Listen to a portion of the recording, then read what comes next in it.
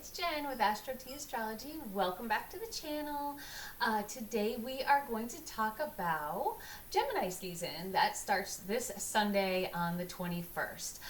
First, we're going to talk about a little bit of what we're coming off of. We had a really busy week this week. We had Jupiter moving into Taurus. We had the big T-square with Jupiter and Pluto and Mars. It's pretty much kind of getting started today. It's going to resonate through all next week, so we're going to be feeling that one for a little bit, see how that kind of plays out, see what was brought out about that, any big sudden shocks, big sudden revelations that are going to be coming out. And then we also have, of course, the new moon happening in Taurus. So what seeds have you planted? Have you gotten anything started that's going to kind of take root and have Jupiter kind of give it a little boost? So if you have, I really hope so, and I wish you well. So let's talk about Sunday. So Sunday is Gemini season. Gemini is all about I think. It's a very thinky air sign. It's all about, it's also ruled by Mercury. So it's all about taking that information, wanting to know everything about everything, and wanting to know everything they can know about everything.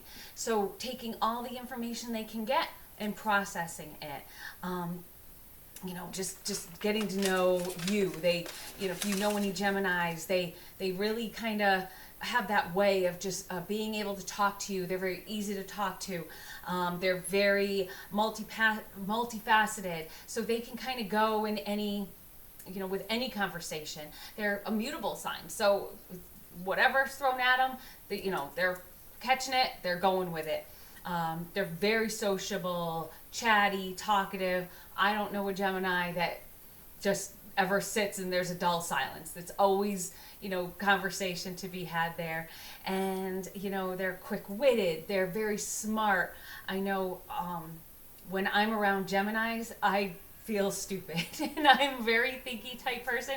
So I'm also an air sign, Libra. But they have a way of just so quickly processing information and, getting it out there, where I'm, processing it, taking in the information. Okay, so how am I going to, and then I can come up, I wish I had thought of saying that during the conversation. That is me in a nutshell. Where Geminis are just, they're versatile. They go with it. They, quick-witted, quick thinking, and they have a response in wait. Okay, my dog. They can be a little bit high-strung. So they're very thinky. They're very going. When you think of Mercury, it's a very fast-moving planet. Gemini is a very fast-moving sign. It wants to go. It wants to get things moving. So, they're the sign that's coming out of Taurus. Taurus, fixed sign. It's very, it wants stability. It wants to stay where it is. It wants to, if you get it going, it's going slow. It's not very speedy. When you move into Gemini, just think of the season. That's when, if you even think of just the season it's in, it really starts to make sense. So we have, it's all kind of the spring season. We have Aries starting it off, like starting, Marsy getting started, getting things going.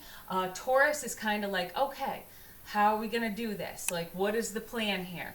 We're going to do this, and slow and steady and planning, and how are we going to get this going in a, thought, ground, structured way.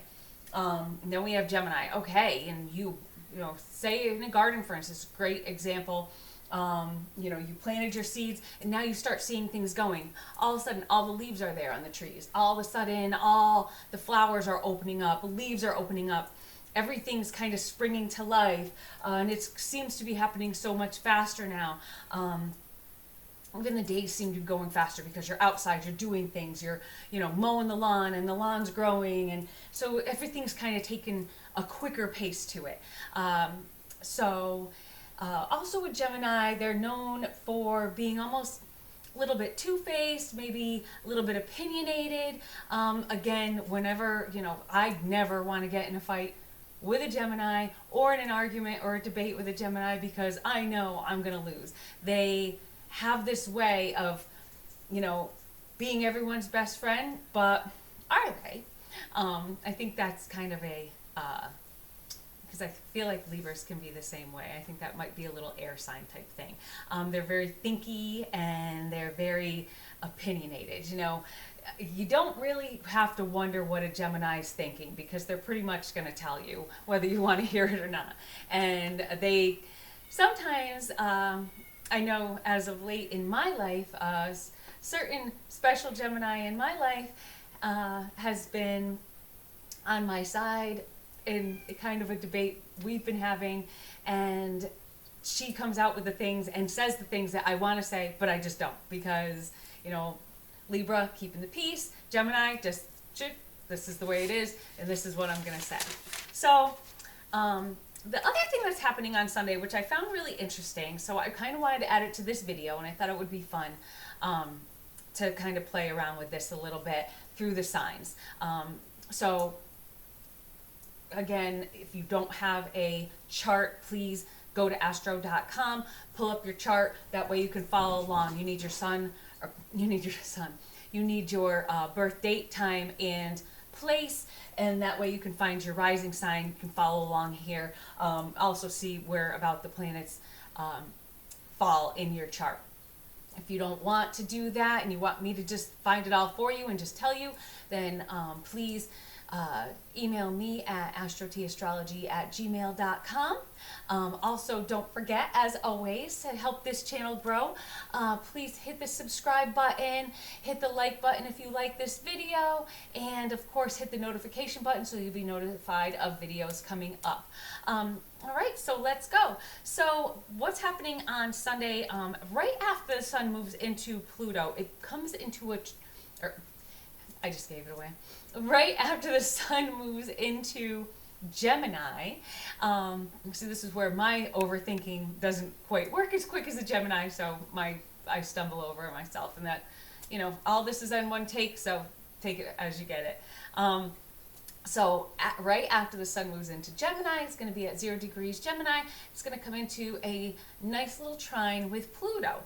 So when you think of a sun, of course, you think of the dynamic, what makes you, your passion, what makes you motivated, what are you going towards in the future, what's your life purpose. Pluto really gets you thinking about that. It really pulls you down and say, what am I here for? Why was I born? You hear that, like, you know, why are we here? You know, why are we put on this planet?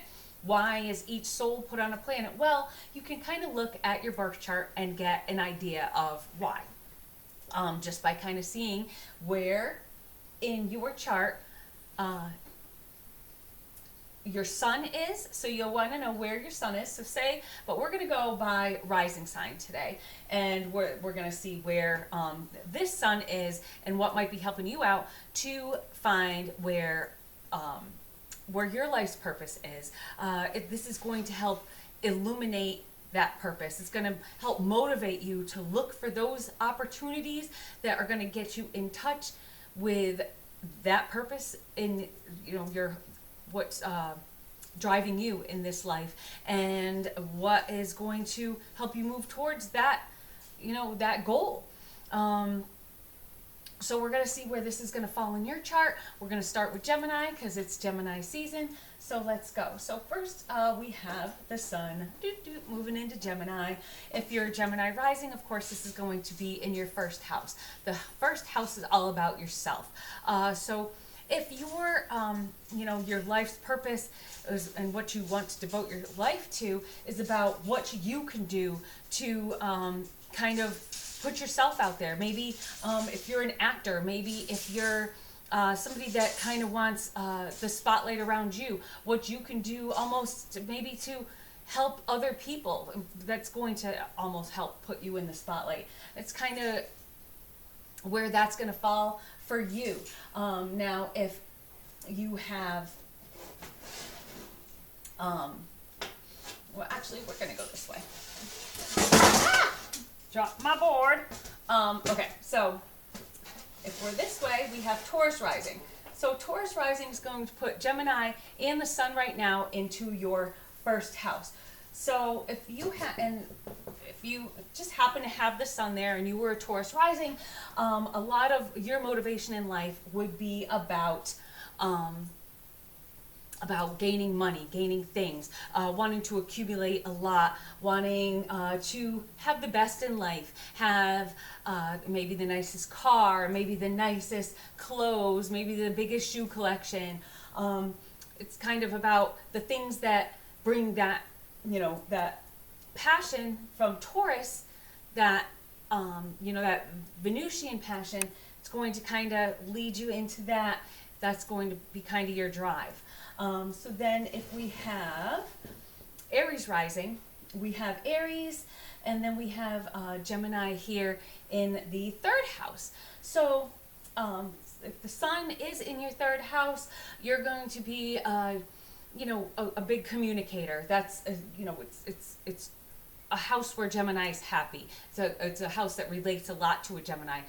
Close communications, face-to-face communications. Also has to do with siblings, also has to do with short trips. So, it could have a lot to do with, someone going place to place, kind of like maybe spreading the word, maybe somebody that is a group speaker or a motivational speaker. That would be a great thing for, someone that's outgoing. So if you see the way that kind of blends together, you have Aries blending with Gemini, someone that's outgoing, outspoken, a good talker, a great communicator. So then we move along to if you have Pisces rising, and if you have Pisces rising, that's going to put Gemini in your fourth house. This is again one of your angular houses, just like the first house, and then the angular house are the first, fourth, seventh, and 10th. So this is a major house. If you have your sun there, and you have your so if you have your sun in your fourth house, or if you have your sun in Pisces, the way this works together is that they will be very home related, very fixed on what you were brought up like. This could be, having morals, being very moralistic, being very focused on your family, helping your family, doing what you can to support your family. In your home structure, maybe you have visions of home building. Could be a great area for someone who wants to be, say, an architect, for instance, because Pisces will give you that vision of having the vision of the home, and the vision of, how do I want to create this? What do I want it to look like? So that's a great blend for someone like an architect or somebody like that. So then we move along to Aquarius. So Aquarius will then put Gemini in our fifth house. So if you have the sun coming in over here, that's where your sun in, and you happen to have a Aquarius rising, your life's purpose could be about being creative. It could be about, so you have Aquarius, so you might have that kind of quirky sense to you. I picture somebody, a painter, maybe like Picasso, or someone that has like, or even, someone that has just a weird sense of style, someone that comes out of nowhere, super different, super, changing of the world, Picasso, I think, with the mouths on the side, something that no one's ever seen before, something that is just out of the norm. Also, children, creating children, helping children. If you think of Aquarius, you think of helping people, being that humanitarian that they are. So they, maybe are going to be helping maybe homeless kids, orphan kids, or children that are in need, maybe even just doing what they feel like they need to do to help kids, maybe if they're homeless, something like that. So then we move along to if we have Capricorn rising. So Capricorn rising will put, get a little bit better there. So I'll put Gemini in our 6th house. So in the 6th house, it's about our everyday work routines. Sometimes it's about people that are serving you. So maybe, and then, with Capricorn, it's about being a leader. So maybe you're going to be the boss of, a bunch of people. Maybe you're going to be a supervisor, something to that effect. It's also about health. So maybe you're going to be running some kind of a health clinic, maybe a gym or a workout studio of some sort that, can help people, stay in shape and be healthy. Personal trainer. And Capricorns are very rigid. If you ever had a personal trainer, they are very, strict and, get down and do this and, come on, push through, push through, push through. So that's how I would picture that kind of blend going if you had your Sun in Gemini over there in the 6th house. So then we have Sagittarius that puts Gemini over here in your 7th house. So that's in your house of relationships and marriage.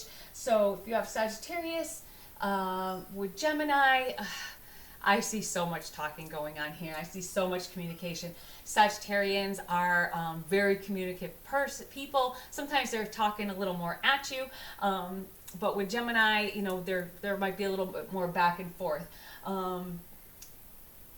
So of course they are on the polar opposite. So maybe having this as a couple might not be the best idea in the world, but if you do have Sagittarius rising, being in a couple is something that you do want to do.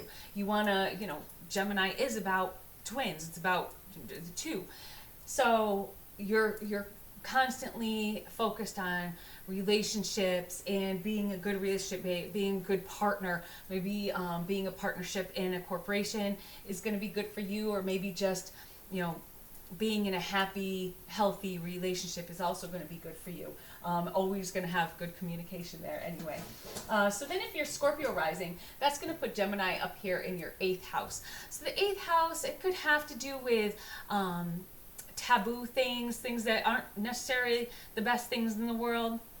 There's death and taxes, those two things that you can't avoid. Those are things that are known as the 8th house. It also has to do with other people's money, inheritance, other people's money meaning maybe your spouse's money or something to that effect. So if you have a Scorpio rising with Gemini up there, it's kind of, maybe you're working at a funeral home or something like that. That might be a good job for you.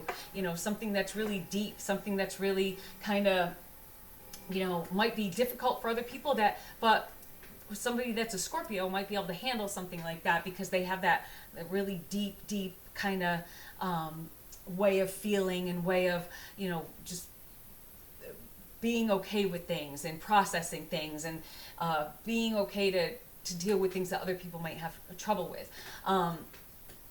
So it could also have to do with maybe being a tax collector, somebody that a lot of people might find unappealing.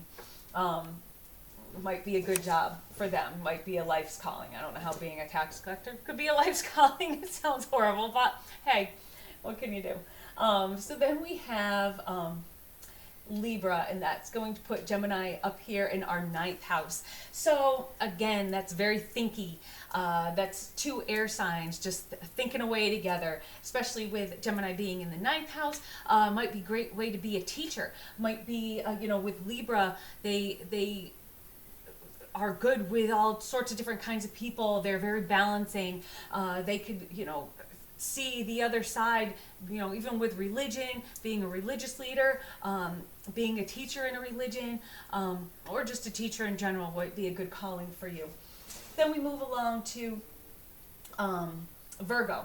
So that's going to put Gemini in our 10th house. So they're both signs that are ruled by Mercury. So it's also a very thought processing type, where the Libra Gemini is very thinky, overly thinky. With Virgo, it kind of puts it into context, kind of lays things out for you so that you have a plan. It gets a plan together for you. Virgo is an earth sign, so that kind of grounds that air a little bit, and it's a great combo. It is in a square, but it's a good combo to have with, when you're thinking about starting a business. You're gonna, know the foundation you want to lay down before you get started. With your sun up there, you're going to want to, be out there with your reputation and showing, having a good reputation and making sure to uphold that. Virgo will help to check all the boxes to make sure that you're not making any mistakes, not making yourself look bad. Then we move along to Leo. So Leo, and that would put the sun in Gemini into your into your 11th house. So if that's the case, think of the Leo with the 11th house. Leo is ruled by the sun, pretty much wants attention or just gains all the attention. The 11th house is all about bigger groups. You want to be the center of the group. You want to be a group leader. So being a group leader, maybe not cult leader, but you're the head of a big group of people. Maybe again with the being able to vocalize, to be able to be a group speaker. It's all good for speaking to groups, maybe even over the internet. Maybe that would be something good for you. It's a lot of internet based, kind of putting things out to the masses. You're going to be good at kind of getting your information to every corner of the earth, everywhere that you want to process it to. But you're going to be at the center of it here in Leo.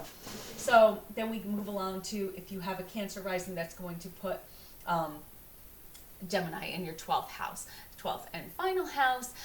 That's kind of the more, you think of Cancer is that inward, is that deep feeling. They're very emotional. With Gemini, it's an air sign, so they're very different kind of signs. Gemini is very outgoing, but that could be almost what you're trying to stifle a little bit. That's what you're trying to keep in and, kind of hold inside. Maybe you're going to use your Gemini for being a counselor to those that maybe are addicts, maybe a counselor to those who are in prison, and to those maybe not so savory people that other people might kind of shun away, but you're going to be there, trying to help them, trying to draw them out, trying to counsel them. So that's kind of how that goes throughout the signs. Again, you could have anything rising with the sun moving anywhere in there, but that just kind of gives you an idea. If you have a Gemini rising, or a Gemini sun, whatever your rising sign is, that might be your blend and your life calling. So I hope that you, again, like this video if you enjoyed, and definitely subscribe to my channel and help us all grow. We're going to be kind of bringing something like this to you with every new sign, just to kind of get a little bit more into the signs and get to know them a little bit better. So make sure you hit that bell so you can get updates on my new videos coming out. And otherwise, I hope you all have a good rest of the weekend and a good Gemini season coming up. Bye-bye.